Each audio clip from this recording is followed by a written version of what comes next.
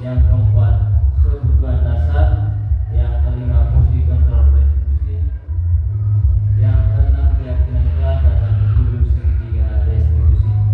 Baik, untuk perubahan paradigma belajar bahwa pembelajaran dirancang berdasarkan prinsip pembelajaran yang berpihak kepada murid dan berdiferensiasi. Seperti apa itu berdiferensiasi? Ada 3 model diferensiasi dalam pembelajaran.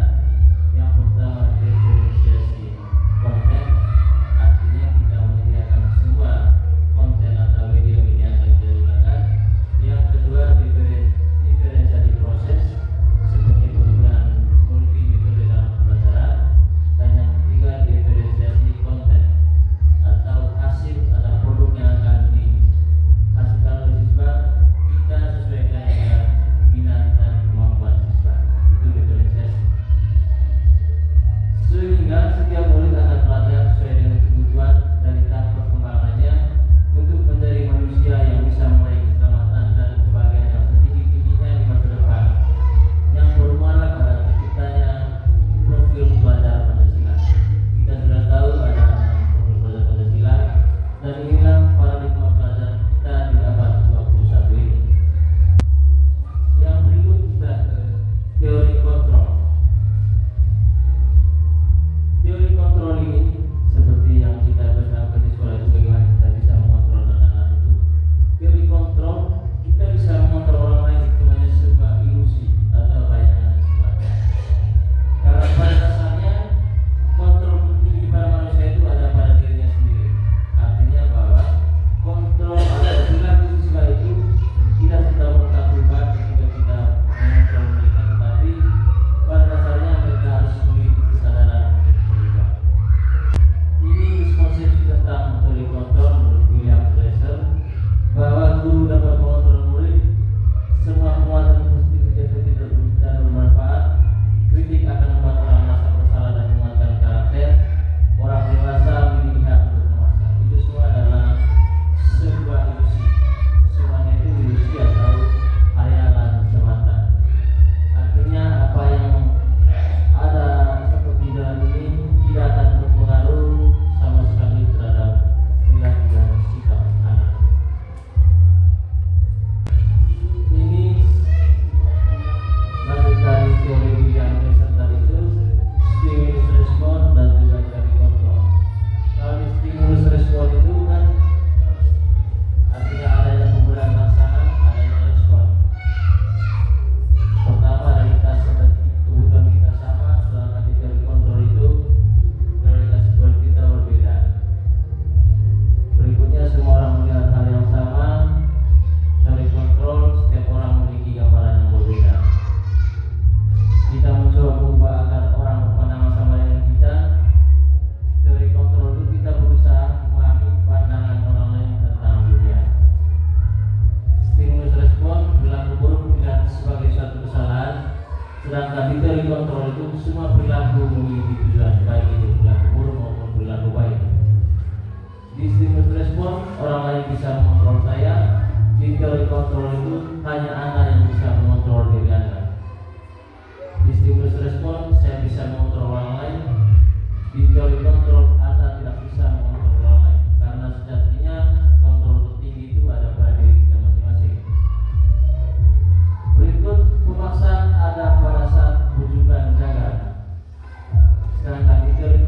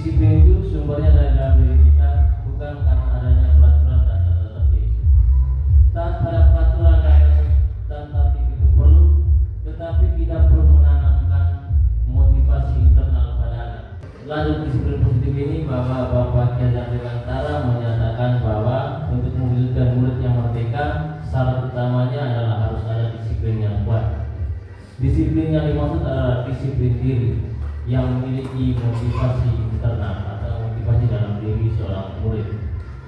Seorang yang memiliki disiplin diri berarti mereka bisa bertanggung jawab terhadap apa yang dilakukannya karena mereka mendasarkan tindakan mereka pada nilai-nilai kebajikan universal.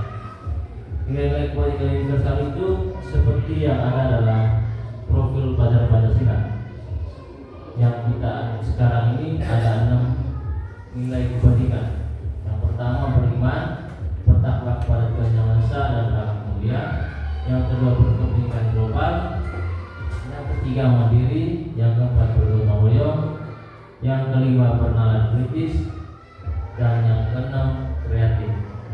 Inilah nilai yang diatur secara garis besar nilai-nilai kebajikan universal yang termuat dalam profil pelajar Pancasila. Motivasi perilaku manusia, bahwa setiap perilaku manusia itu sebenarnya ada motivasi. Yang pertama itu menghindari tingkat kenyamanan atau hukuman. Ini yang sering terjadi di sekolah. Yang kedua untuk mendapatkan imbalan atau perkara dari orang lain.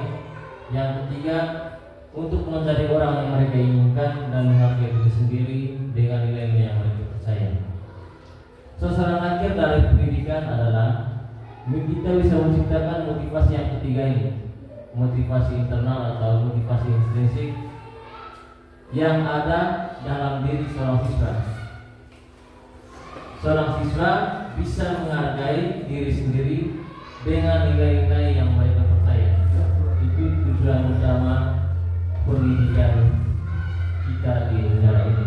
Mengenai teori motivasi dan 3 motivasi ini tadi itu, bahwa pemberian penghargaan dan juga hukuman atau pemberian reward itu salah dengan kita membangun suatu sikap negatif dari diri anak, sehingga dia nanti akan berada di posisi yang kedua terus. Dia melakukan sesuatu itu karena ada reward atau penghargaannya. Tidak akan munculkan motivasi internal atau motivasi dalam dirinya untuk melakukan sesuatu. Oleh karena itu, bahwa sangat diharapkan bagi kita untuk sebisa mungkin tidak boleh memberikan penghargaan langsung kepada siswa di depan teman-temannya, karena itu nanti hanya bertujuan, satu kelas itu hanya bertujuan untuk mendapatkan imbalan atau penghargaan saja. Mereka tidak melakukan sesuatu atau tugas yang sudah berikan itu, mereka tidak merasakannya bahwa ketika mereka mengerjakan tugas itu mereka bisa menghargai diri sendiri atau mereka bisa mengasah kemampuan mereka. Tapi yang mereka kejar itu adalah imbalan atau penghargaan dari kita. Itu satu kebebasan, bahwa kadang-kadang pemberian hadiah atau reward itu bisa membuat teman-teman iri, dan juga sasaran akhir dari pembelajaran yang dilakukan anak-anak hanya untuk mengejar hadiah tersebut. Itu yang harus kita jaga bersama. Hanya ketika siswa itu melakukan sebuah kebaikan, maka kita memberikan reward untuk kata-kata seperti kamu telah melaksanakan keyakinan kelas nomor berapa, seperti kesepakatan kelas kita, sehingga anak-anak berusaha untuk memenuhi kesepakatan kelas tentang keyakinan kelas yang telah mereka putuskan bersama, bukan sekedar untuk mendapatkan penghargaan atau imbalan dari guru. Baik, dalam teori motivasi perilaku manusia juga ada istilah hukuman, konsekuensi, dan restitusi. Hukuman itu adalah suatu perlakuan yang bersifat tidak terencana atau tiba-tiba. Hukuman bersifat satu arah dan pihak guru yang memberikan, dan murid hanya menerima suatu hukuman tanpa melalui suatu kesepakatan. Hukuman yang diberikan bisa berupa fisik maupun psikis. Murid atau anak disakiti oleh suatu perbuatan atau kata-kata, itu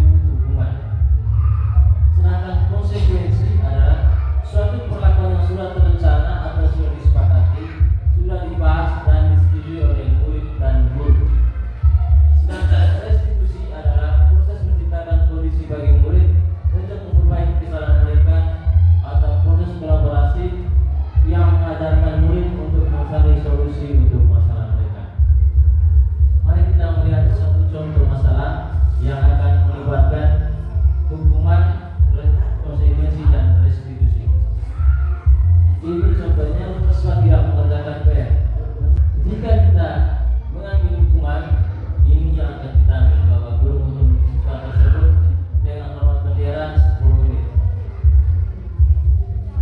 Ini hukuman ini sudah berada di luar jalurnya, karena kita memberi hukuman tidak mengarah kepada bagaimana dia bisa mengerjakan PR itu, sehingga hasil akhirnya bahwa guru marah dan murid menjadi takut dengan guru.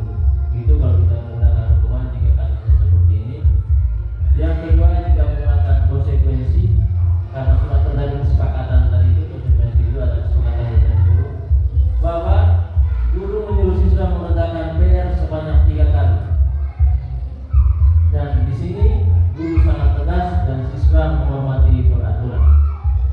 Sedangkan kalau kita menggunakan restitusi, yang pertama, guru menanyakan keyakinan kelas dan membantu siswa menyelesaikan masalahnya. Artinya, guru bisa menanyakan kepada siswa, kira-kira ketika kamu tidak mengerjakan PR, apa keyakinan kelas atau kesepakatan kelas yang kamu langgar? Di situ akan memunculkan sikap siswa yang terbuka dan menghormati dirinya sendiri dan orang lain, serta menghormati kesepakatan bersama. Jika kita menggunakan restitusi, rupanya kita saat ini sering berada di antara dua itu, hukuman dan konsekuensi. Sekarang mari kita mencoba untuk menggunakan restitusi. Baik, yang berikutnya ini tentang kebutuhan dasar. Teorinya menurut Dr. William Glasser ini bahwa pada hakikatnya semua tindakan atau perilaku manusia memiliki tujuan tertentu, yaitu memenuhi kebutuhannya. Ada 5 kebutuhan yang ada setiap orang. Yang pertama itu harus bertahan hidup atau survival.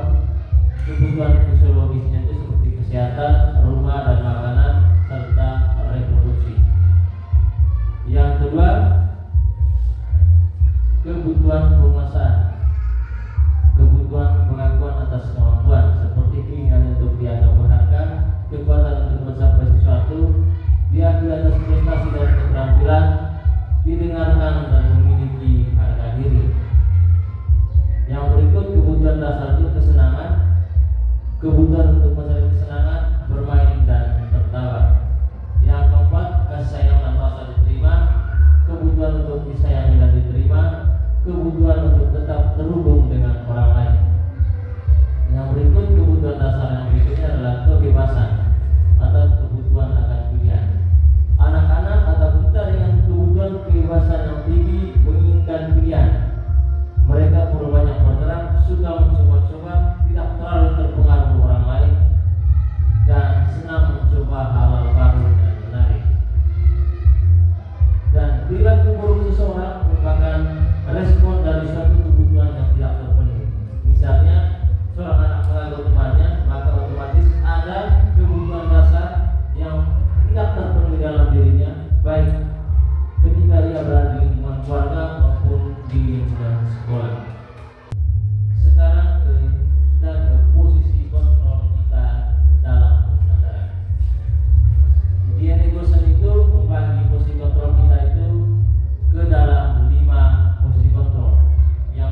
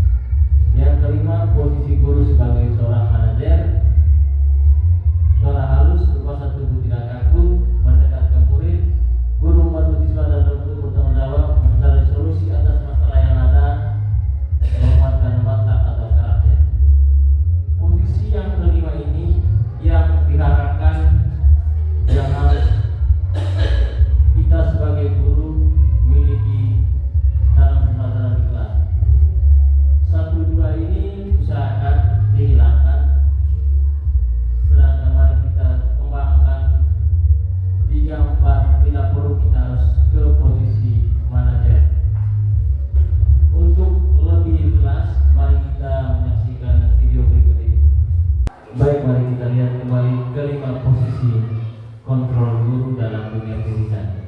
Dan ini contoh-contoh nyatanya.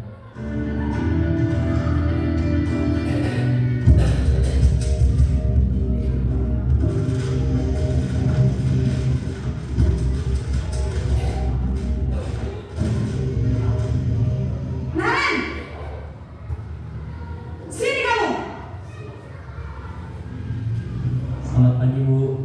Selalu terlambat. Kamu deh, pasti terlambat. Maaf, Bu. Saya Apa? Apa coba? Alasan kamu apa lagi? Kapan sih kamu tidak terlambat? Malas sekali ya kamu jadi anak. saya Dasar pemalas. Gak kapok-kapok sih kamu. Sudah berapa kali terlambat? Sana, kamu keliling lapangan basket 2 kali. Kenapa saya harus ke lapangan basket, Bu? Kenapa? Kamu melawan ibu? Berani-beraninya jawab. Sudah terlambat, masih berani jawab pula. Sekarang, keliling lapangan basket 5 kali sekalian. Biar kapok. Cepat. Pergi sana ke lapangan basket.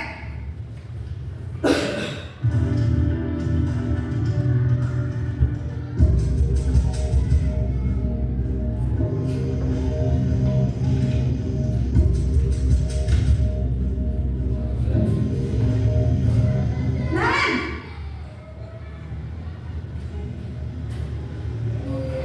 Selamat pagi, Bu. Naren. Kamu kenapa terlambat lagi, nak? Ya Tuhan, Naren. Kamu senang ya bikin ibu susah ya? Kalau kamu terlambat lagi, nanti ibu yang ditegur bapak kepala sekolah, nak. Disangka ibu tidak bisa membina kamu. Duh, gimana ini? Maaf, Bu. Duh, Gusti Naren. Kamu suka ya kalau ibu ditegur bapak kepala sekolah? Terus, sekarang ibu harus tulis apa ini di buku absen? Ini kamu sudah sering terlambat loh. Ibu harus apa coba? Maaf, Bu. Maaf sekali. Ya sudah, lain kali jangan bikin ibu susah lagi ya, nak ya. Ibu tidak akan kuat lagi kalau kamu begini terus. Bisa jantungan kalau ibu ditegur bapak kepala sekolah. Sana cepat ke kelas. Maaf ya, Bu. Maaf sekali. Baik, rekan-rekan hebat, bahwa itu tadi untuk kedua posisi yang pertama, dia sebagai penghukum dan pembuat siswa itu merasa bersalah. Yang pertama tadi itu penghukum itu langsung memvonis tanpa mendengar alasan siswa. Yang kedua dari itu posisi pembuat merasa bersalah itu dia menggunakan kata-kata atau verbal sehingga siswa itu merasa dirinya sangat bersalah, dan itu sangat tidak baik untuk siswa. Sekarang mari kita lihat guru berposisi sebagai teman dengan siswa.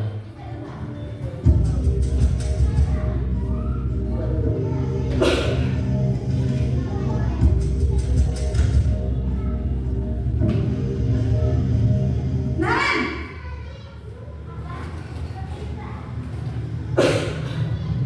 Selamat pagi, Bu. Wah, sudah jam berapa ini, nak? Terlambat lagi ya, sayang. Iya, Bu. Habis ibu saya belum membangunkan saya, Bu. Kamu malah menyalahkan ibu kamu. Kamu bukannya anak yang larinya paling kencang. Kok terlambat sih? Iya, Bu. Saya memang terlambat bangun tadi. Jadi biarpun saya lari kencang, tetap gak kekencar, Bu. Ya sudah sana. Nanti lain kali larinya lebih kencang lagi ya. Biar gak terlambat lagi. Bikin seneng ibu. Demi ibu. Bisa kan? Bisa lah, Bu. Ya sudah sana masuk kelas. Ibu beresin urusan absen kamu. Kamu ini ada-ada saja.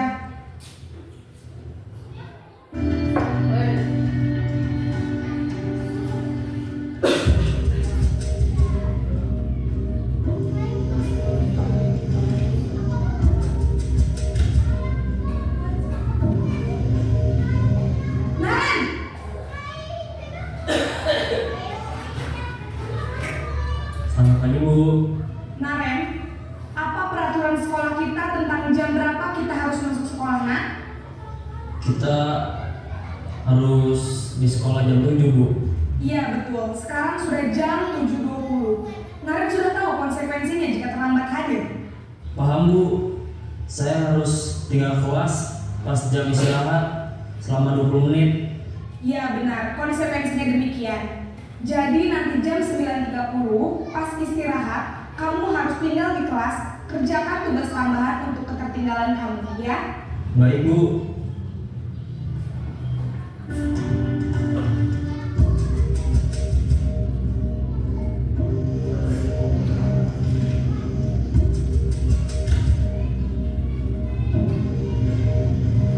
Naren!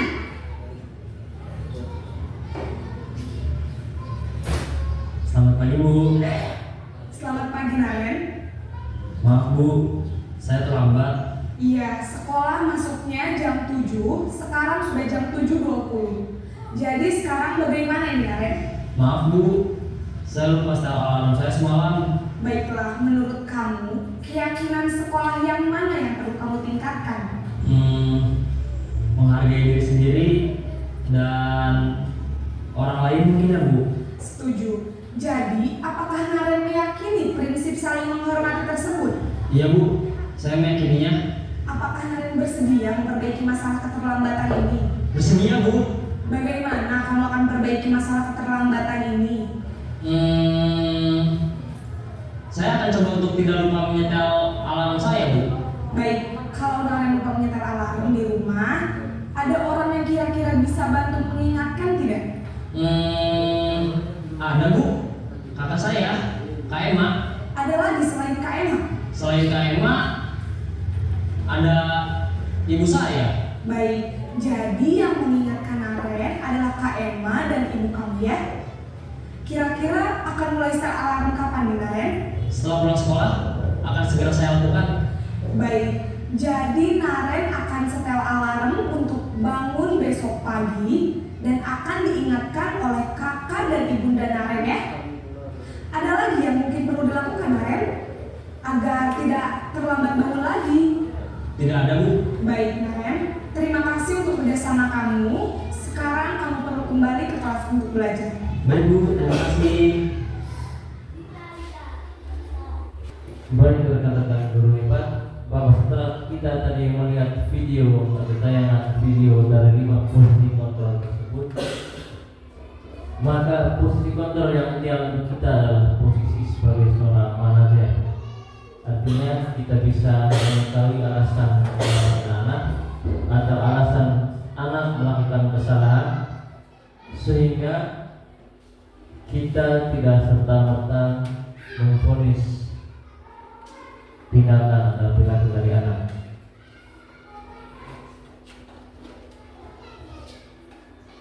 Selanjutnya ini dari itu perilaku kontrol negatif itu terdiri dari dua dari itu. Yang kita lihat di video tadi bahwa penghukum dan pembuat merasa bersalah itu masuk ke kategori perilaku kontrol negatif. Sedangkan perilaku kontrol positif itu sebagai guru, sebagai teman dan pemantau, dan perilaku yang menjadikan siswa itu bisa mengontrol dirinya adalah ketika kita berposisi sebagai seorang manajer. Artinya di sini kita memberi kesempatan kepada siswa untuk merefleksi dirinya melalui pertanyaan-pertanyaan tentang keyakinan atau kesepakatan kelas yang sudah dibuatnya dan bagaimana cara ia menghargai dirinya sendiri dan juga orang lain. Sehingga posisi kontrol yang diharapkan agar kita kembangkan ke depannya adalah di posisi manajer. Baik rekan-rekan hebat, bahwa kita ke materi berikutnya ini tentang keyakinan kelas. Mungkin rekan-rekan sudah pernah melakukannya tentang keyakinan kelas ini, atau kalau sering kita menyebutnya itu kesepakatan kelas. Keyakinan ini merupakan nilai-nilai kebajikan universal seperti yang ada dalam profil pelajar Pancasila tadi itu, yang telah disepakati bersama terlepas suku, negara, bahasa maupun agama. Seperti yang saya jelaskan sebelumnya bahwa 6 dimensi peradaban Pancasila ini sudah mengayomi seluruh latar belakang kita, suku, bahasa maupun agama kita di Republik Indonesia ini. Pertanyaannya, mengapa keyakinan kelas? Mengapa tidak ada peraturan kelas saja? Itu pertanyaan untuk kita semua. Mengapa keyakinan kelas yang dipakai atau kesepakatan kelas bukan peraturan kelas? Baik rekan-rekan hebat bahwa peraturan kelas itu sejatinya adalah sebuah tuntutan yang hanya dibuat oleh guru dan dipatuhi oleh murid. Itu kalau peraturan kelas. Misalnya peraturan dari sekolah yang itu, sehingga di situ ada konsekuensi atau hukuman yang akan diberikan kepada murid jika melanggar. Sedangkan keyakinan kelas ini adalah bagaimana siswa membuat sebuah kesepakatan bersama tentang idealnya kelas yang akan mereka gunakan sebagai pembelajaran. Artinya kondisi-kondisi ideal di dalam kelas yang harus mereka putuskan bersama, sehingga awal dari keyakinan kelas ini adalah pendapat dari siswa, bukan dari guru, sehingga siswa berpendapat menghasilkan sebuah keputusan dan mereka sendiri bisa menjalankannya. Itu tentang keyakinan kelas. Karena peraturan kelas tadi itu aturan-aturannya dibuat oleh guru dan siswa hanya menjalankannya. Di samping menjalankannya, siswa pasti akan diberi sanksi jika melanggar.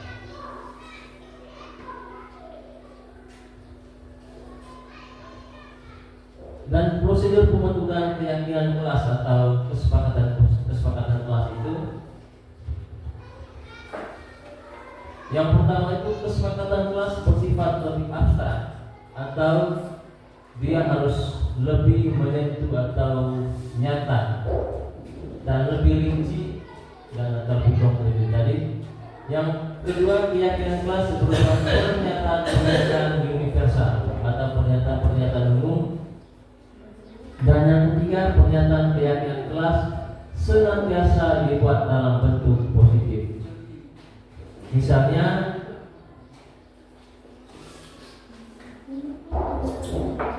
dilarang mencontek atau dilarang mengkopi jawaban teman. Itu merupakan kalimat negatif. Coba dibuat dalam kalimat positif. Atau misalnya itu dilarang mengajak teman. Itu contoh kalau dalam bentuk kalimat negatifnya. Kalau dalam keyakinan kelas atau kesepakatan kelas harus dibuat ke bentuk positif dengan kalimat saling menghargai. Kalau di aturan kelas itu dilarang mengejek atau membuli teman, sedangkan untuk keyakinan kelas atau kesepakatan kelas seharusnya atau seyogianya kita menggunakan kalimat positif dengan kalimat siswa harus saling menghargai, sehingga bahasanya itu dalam bahasa yang positif. Yang berikut keyakinan kelas hendaknya tidak terlalu banyak sehingga mudah diingat dan dipahami oleh semua warga kelas. Yang berikut keyakinan kelas sebaiknya sesuatu yang dapat diterapkan di lingkungan tersebut atau dalam kelas tersebut. Dan yang berikut, semua warga kelas hendaknya ikut berkontribusi dalam pembuatan keyakinan kelas lewat kegiatan curah pendapat atau menyampaikan pendapat mereka atau menyampaikan unek-unek mereka tentang kondisi ideal kelas yang mereka impikan. Yang berikut, keyakinan kelas juga bersedia ditinjau dari waktu ke waktu jika memang kesepakatan itu sudah tidak relevan dengan keadaan peserta didik. Mari kita melihat beberapa contoh kesepakatan kelas. Misalnya itu masuk kelas tepat waktu. Kalau di peraturan itu sering kita buat itu dilarang terlambat. Tetapi kalau dalam keyakinan kelas itu kita buat kalimat positif itu masuk kelas tepat waktu. menjaga kebersihan kelas. Kalau di peraturan itu sering didapat itu dilarang membuang sampah sembarangan. Tetapi kita alihkan kalimat ini menjadi kalimat positif, menjaga kebersihan kelas atau sekolah. Yang berikut, di peraturan itu sering kita buat itu dilarang mengejek teman, membuli atau menghina teman. Sedangkan di keyakinan kelas atau kesepakatan kelas itu kita harus menggunakan kalimat positif dengan kalimat saling menghargai sesama teman. Yang berikut, menjaga ketertiban selama pembelajaran. Mungkin dalam atau setiap kali kita membuat aturan itu sering kita membuat aturan bahwa dilarang untuk ribut selama pembelajaran, tetapi kita harus mengubahnya ke kalimat yang positif bahwa menjaga ketertiban selama pembelajaran. Dan yang contoh yang berikut itu mengerjakan tugas tepat waktu, itu kalimat positifnya mungkin di aturan kita itu dilarang terlambat mengumpulkan tugas, tetapi kita coba mengubah ke kalimat positifnya mengerjakan tugas tepat waktu. Dan keyakinan kelas kita itu bahwa ini dibuat oleh seluruh siswa, ini adalah hasil pendapat dari seluruh siswa, dan guru mengubah kalimat negatif menjadi kalimat positif, sehingga ini bisa dijadikan keyakinan atau kesepakatan mereka dalam satu kelas. Ketiga, restitusi.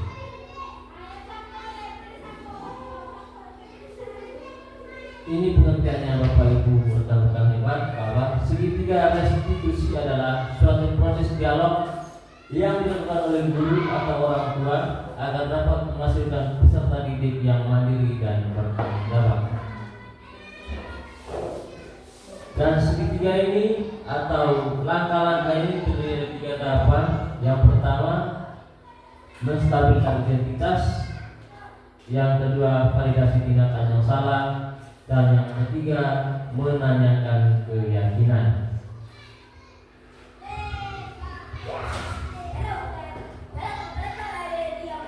Ini adalah langkah-langkah yang wajib dan harus dilakukan oleh seorang guru jika siswa mengalami suatu masalah atau kendala dalam proses pembelajaran maupun dalam sikap, sehingga kita bisa mengetahui apa yang sudah dilatar belakang dari tindakan siswa tersebut.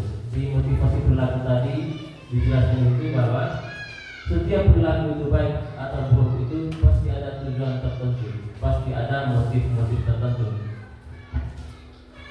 Misalnya ketika seorang anak itu sering mengganggu temannya, otomatis dia itu ada kebutuhan yang tidak terpenuhi tadi itu, seperti mungkin di rumahnya dia merasa tidak dicintai oleh orang tuanya atau tidak merasa sayang. Dan yang kedua, bahwa dia ingin memenuhi kebutuhannya dalam hal penguasaan diri atau menguasai orang lain. Sehingga teori-teori yang mulai dari motivasi, perilaku motivasi, dan juga sampai dengan segitiga restitusi ini saling berkaitan.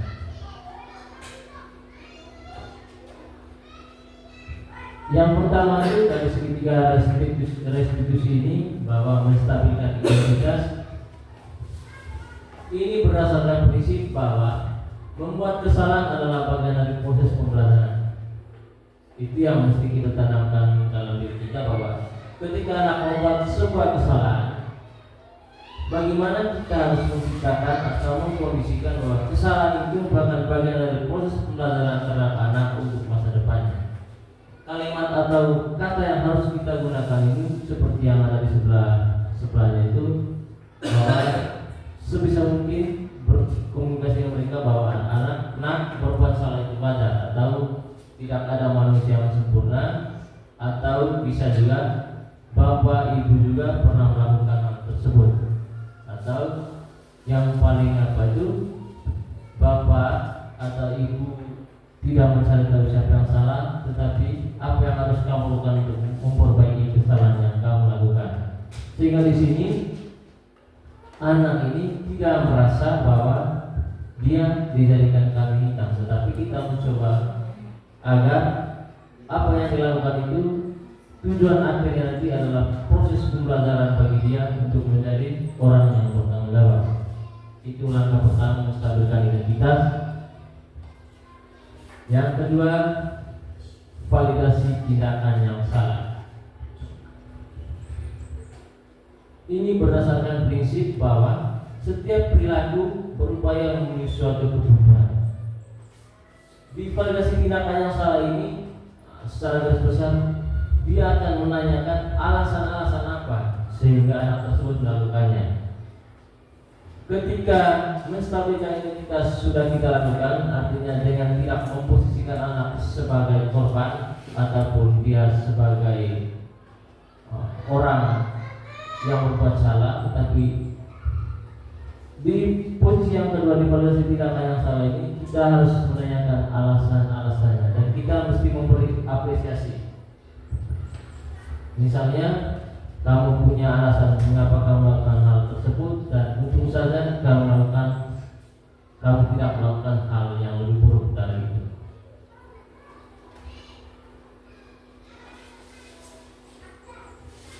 Yang terakhir, kita mencoba menanyakan keyakinan kelas atau kesepakatan kelas yang sudah ada di kelasnya masing-masing atau kesepakatan sekolah. Ini berdasarkan prinsip bahwa pada dasarnya kita termotivasi secara intrinsik atau motivasi kita itu dari dalam diri atau kita menghargai diri sendiri. Pertanyaannya, menurut kamu apa yang kamu lakukan sesuai tidak dengan keyakinan kelas kita? Yang kedua, keyakinan kelas apa yang telah kamu langgar? Baik, untuk lebih jelasnya segitiga restitusi ini, saya pernah membuatnya itu dengan murid. Makanya kami bahwa ini adalah kasusnya ini bahwa Jessica ini marah kepada temannya karena temannya itu mencontek pekerjaannya, sehingga sebagai seorang guru kita harus menggunakan segitiga restitusi ini dalam menyelesaikan masalah. Mari kita lihat contohnya.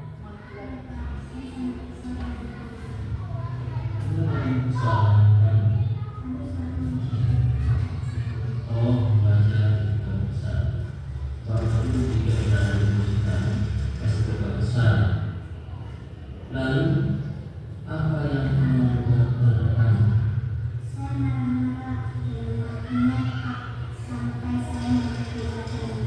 Pasti kamu beralasan sehingga beralasan.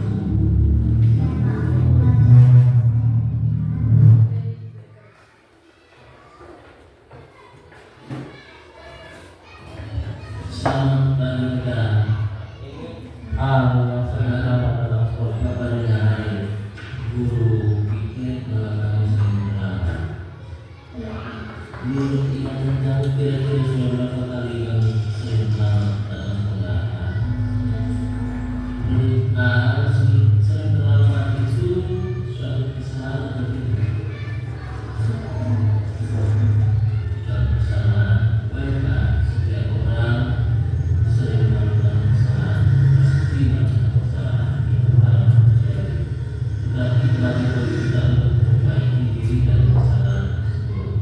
Kamu sering datang terlambat, mungkin ada alasan yang tak.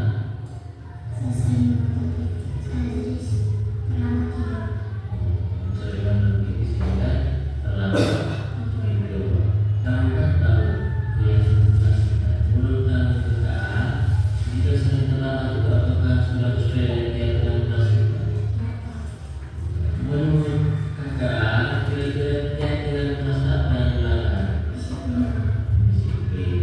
Menurut kakak, kira-kira disiplin itu penting nggak?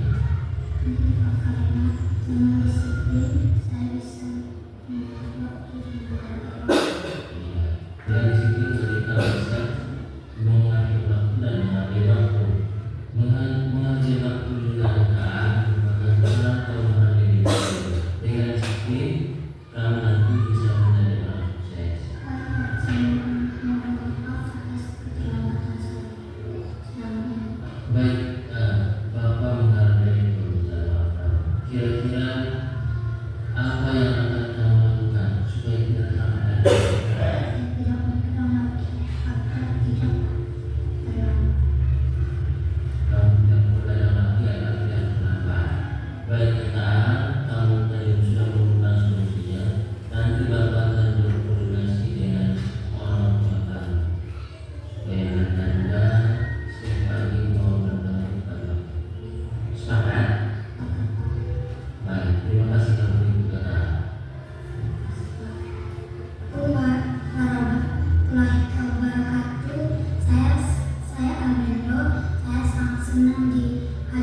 berdialog oleh Bapak Guru sehingga saya bisa disiplin ke depan.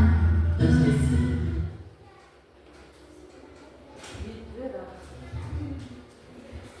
Baik, itu tadi suatu penggunaan segitiga restitusi dalam menyelesaikan sebuah masalah yang artinya posisi kita sebagai seorang manajer bukan sebagai penghukum, pembuat merasa bersalah, atau berteman atau sebagai pemandang, tetapi kita lebih ke posisi manajer. Kita saling terbuka dengan siswa sehingga kita bisa mengetahui secara detail apa alasan siswa tersebut melakukan sebuah tindakan atau melakukan sebuah kesalahan. Baik, untuk tidak merasa tegang, mungkin rekan-rekan yang bisa berdiri kita gunakan salah satu ice breaking. Simpel, Bapak. Ketika saya mengatakan panjang, lepaskan tangan begini, pendek begini, panjang begini, pendek begini. Jangan melihat apa yang saya lakukan, tapi dengarkan apa yang saya katakan. Oke, kita mulai.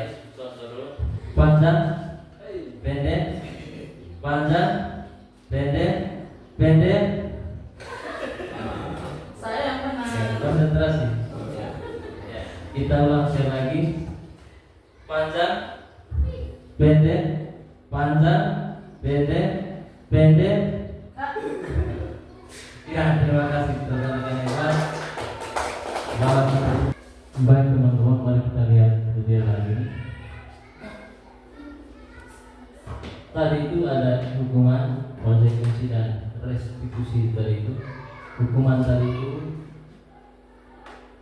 sudah saya jelaskan dan juga konsekuensi dari.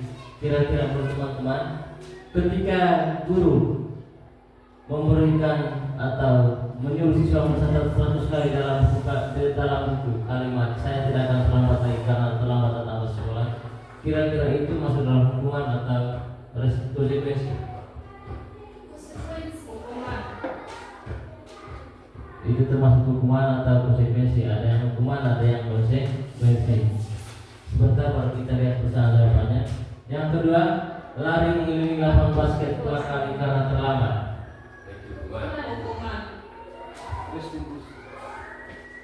Yang berikut membersihkan coretan yang dibuat di meja tulis. Apakah hukuman atau konsekuensi? Murid diminta pusat 15 kali karena tidak menggunakan masker ke sekolah.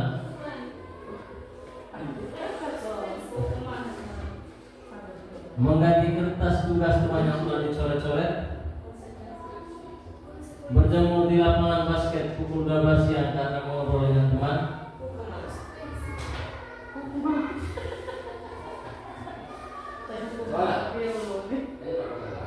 Murid diminta bertelanjang kaki sepanjang hari karena tidak menggunakan sepatu warna hitam sesuai peraturan sekolah. Berdiri di depan kelas sama mengangkat kaki 1 karena tidak bisa menjawab pertanyaan. Membersihkan tumpahan air di meja tulis karena tersenggol saat belajar. Kehilangan 10 menit dan istirahat untuk mengerjakan tugas karena terlambat datang atau tidak belajar. Baik. Ini jawabannya teman-teman, bahwa ketika guru menyuruh siswa menulis 100 kali dalam buku itu adalah hukuman, karena dia tidak akan mengubah sikap anak dan juga tidak relevan dengan pemberian hukuman kepada anak. Sedangkan membersihkan coretan yang dibuat di meja tulis itu adalah konsekuensi dari keputusan bersama untuk belajar untuk mencari kebersihan atau tanggung jawab dalam kelas. Sedangkan push up itu kehukuman. Kalau hal yang terjadi itu kehukuman. Sedangkan menggantikan kertas tugas teman yang dicoret-coret itu tidak konsekuensi. Ketika siswa itu sudah melakukan kesalahan, oleh konsekuensinya dia harus mengganti atau mengganti kertas tugas teman yang telah dicoret-coret. Dan berjemur lapangan basket tadi itu karena mengobrol itu masuk dalam kategori hukuman. Berikut dituntut murid diminta bertelanjang kaki itu karena tidak menggunakan atau tidak menggunakan pakaian yang sesuai itu, di sini kan sepatu mereka. Tapi kalau kita mungkin karena hari Jumat atau hari Senin bisa mereka bermuka, kita minta dia untuk bertelanjang kaki sepanjang hari, itu kategori hukuman. Lari di lapangan basket 2 kali kalau terlalu 10 menit pada pelajaran PJK itu masuk ke dalam konsekuensi. Karena jelas bahwa dia sudah terlambat, maka konsekuensi terlambat itu pasti ada. Membersihkan timbangan hari bila tulis sekarang tersenggol pada saat pelajaran itu merupakan konsekuensi.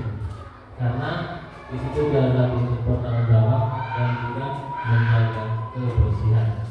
Ya mungkin itu saja materi yang kita bahas pada siang hari ini. Mungkin ada pertanyaan dari rekan-rekan, mungkin ada hal-hal yang buat kita pelajari bersama. Baik, rekan-rekan hebat.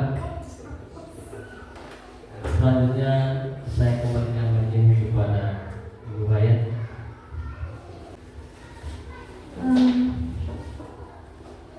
Yang berikut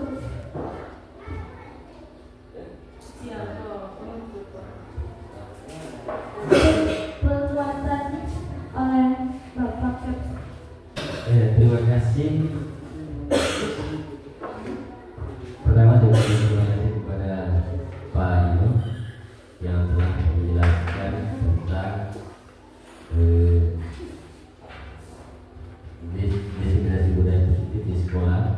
Artinya apa yang dijelaskan tadi itu merupakan proses yang akan kita lakukan ke depan. Saya yakin dan percaya bahwa selama ini apa yang kita lakukan memang referensi target di diseminasi itu. Karena kalau saya lihat tadi dari kelima poin untuk kegiatan pembelajaran itu yang berkaitan dengan kesepakatan kelas, kita selalu berada di urutan pertama dan kedua. Kita selalu berada pada sebuah kesalahan. Tapi harapan kita bahwa apa yang kita buat hari ini, apa yang disampaikan oleh Pak Ino, dipresentasikan Pak Ino, kita harus ambil intinya, harus ambil sesuatu yang kita buat untuk pembelajaran kita ke depan. Saya kira percaya juga bahwa saat ini kita mengerjakan PMN, kita mengacu pada kesepakatan kelas. Karena saya yakin kita semua ini kemarin pada pengajuan kinerjanya itu tentang disiplin kelas. Artinya yang terjadi perencanaan PHK kita adalah tentang kesepakatan kelas. Ya. Maka harapan saya mari kita belajar bersama. Pertama, yang kedua kita gunakan apa yang kita rasakan di PHK untuk pembelajaran di kelas masing-masing. Karena untuk ini bahwa kegiatan hari ini adalah tentang pembelajaran kita di kelas. Ya, hilangkan yang lama-lama, yang baru-baru sekarang. Mungkin itu saja penguatan singkat dari saya. Saya mohon maaf apabila ada kata-kata saya yang tidak sesuai. Ya, yang baiknya itu datangnya dari atas, yang buruknya itu datangnya